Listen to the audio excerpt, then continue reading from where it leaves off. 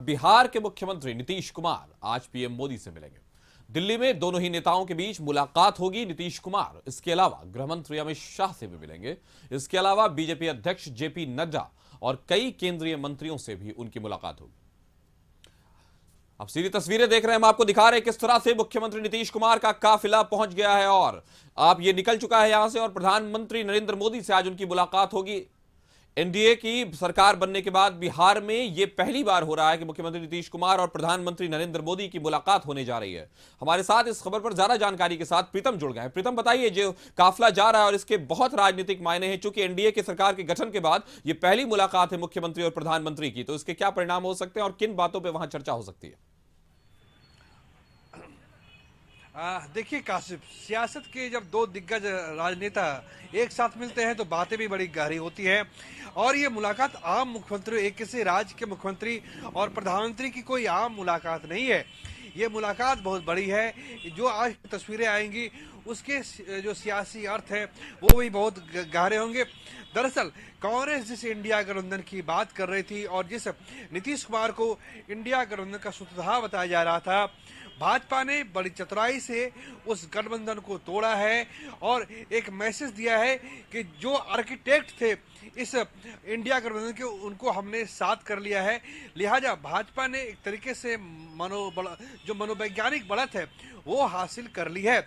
लेकिन साथ साथ आपको याद होगा कि प्रधानमंत्री मोदी और नीतीश कुमार के बीच जो है का जो रिश्ता है कई बहुत मधुर रहा है, कभी खट्टे मीठे रिश्ते रहे हैं। साल 2013 में जब भाजपा ने नरेंद्र मोदी को, जो तब के गुजरात के मुख्यमंत्री हुआ करते थे, उनको प्रधानमंत्री पद का उम्मीदवार घोषित किया था, तो नीतीश कुमार तब एनडीए से अलग हो गए थे और 4 साल बाद नीतीश कुमार दोबारा एनडीए में लौटे थे। लेकिन अगस्त 2022 में वही नीतीश कुमार आरजेडी के साथ चले गए और उसी नीतीश कुमार ने इंडिया गठबंधन बनाया और इंडिया गठबंधन के सूत्रधार के रूप में वो काम करते रहे।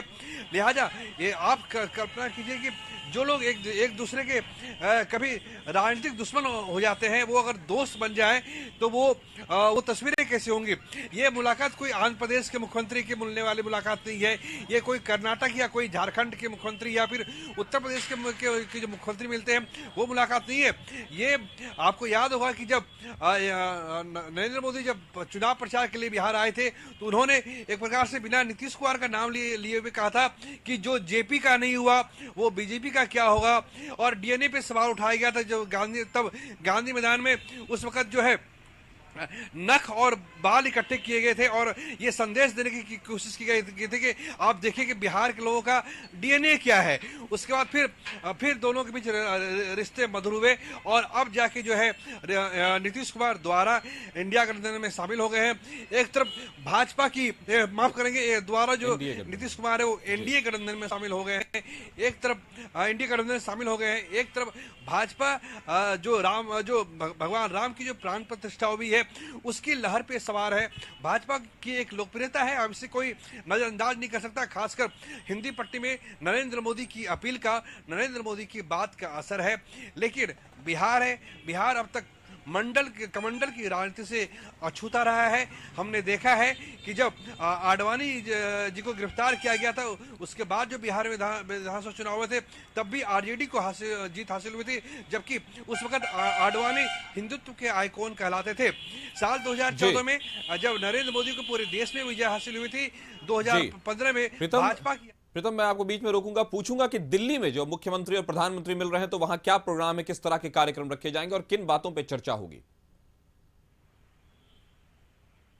देखिए किन बातों पे चर्चा होगी ये स्पष्ट रूप से सामने नहीं आया है। लेकिन जाहिर सी बात है, बिहार में लोकसभा की 40 सीटें हैं, कौन सी पार्टी कितने सीटों पे चुनाव लड़ेगी, कौन सी पार्टी कौन ब्लॉक में मौजूद है। जो आपको याद होगा कि साल 2020 में जो विधानसभा चुनाव हुआ था, जो शाहबाद का इलाका है, मगध का इलाका है, उस पूरे इलाके में एनडीए का सुपड़ा साफ हो गया था। वहां पे महागठबंधन को निर्णायक जीत हासिल हुई थी, बढ़त हासिल हुई थी। तो सबको अपनी कमजोरियां, सबको अपने अपने जो मजबूती है पता है, तो जाहिर सी बात है बात कुछ होगी, कुछ गहरी बात होगी और आगे लॉन्ग टर्म में ये गठबंधन कैसे काम करे, बिहार को क्या विशेष जी। मिल सकता है, क्योंकि नीतीश कुमार की पार्टी ने बिहार को विशेष राज्य का जी। दर्जा दिए जाने की मांग कई बार की है। जी। अब नीतीश कुमार के पास कोई बहाना नहीं है। अब जी। तो नीतीश, एक बात मैं और कहना चाहूंगा, जी। अगस्त 2022 से लेकर नवंबर 2023 तक जो राज्य के वित्त मंत्री विजय चौधरी थे वो लगातार आंकड़ों के साथ भाजपा पे हमला करते थे जी। कि समग्र शिक्षा अभियान के तहत केंद्र की राशि बिहार को नहीं मिली और जो दूसरी योजना है उसकी राशि बिहार सरकार को केंद्र ने नहीं दी। अब जदयू को भी जवाब देना पड़ेगा कि अब तो आपकी सरकार है दिल्ली में, अब आपको राशि में तो कोई दिक्कत नहीं होगी। ये भी जवाब देना पड़ेगा। प्रीतम, जिस तरह से दिल्ली में मुख्यमंत्री प्रधानमंत्री से मिलेंगे उसी तरह अमित शाह गृहमंत्री और बीजेपी के राष्ट्रीय अध्यक्ष जेपी नड्डा से भी उनकी मुलाकात होगी, तो ये जो मुलाकात है इनके भी अपने राजनीतिक मायने निकलेंगे। हाँ बिल्कुल, जेपी नड्डा तो खैर जब शपथ ग्रहण हुआ था बिहार में, जब 9वीं बार नीतीश कुमार मुख्यमंत्री बने थे तो उसमें भी आए थे।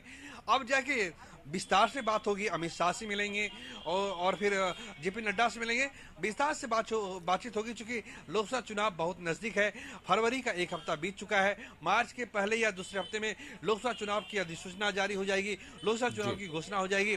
बिहार में और बिहार बीजेपी के लिहाज से आज की तारीख में बिहार, महाराष्ट्र, झारखंड, आंध्र प्रदेश, उड़ीसा, कर्नाटक, तमिलनाडु, केरला, तेलंगाना, ये ऐसे पॉकेट्स हैं जहां पे जीत काफी मुश्किल है। तो बिहार को तो उसने अपनी तरफ कर लिया है, तो जाहिर सी बात है कि नीतीश को इन सब विषयों पे चर्चा होगी, ताकि बिहार में जो 39 सीट 2019 के लोकसभा चुनाव में मिली थी, इस बार भाजपा का लक्ष्य सभी 40 सीटों जीतने का है, क्योंकि बिहार बीजेपी आलाकमान ने दिल्ली को 25 सीटों पे जीत का दावा किया था, लेकिन चूंकि भाजपा को सभी 40 सीट चाहिए थे, इसलिए नीतीश कुमार का आना एनडीए में लौटना जरूरी था।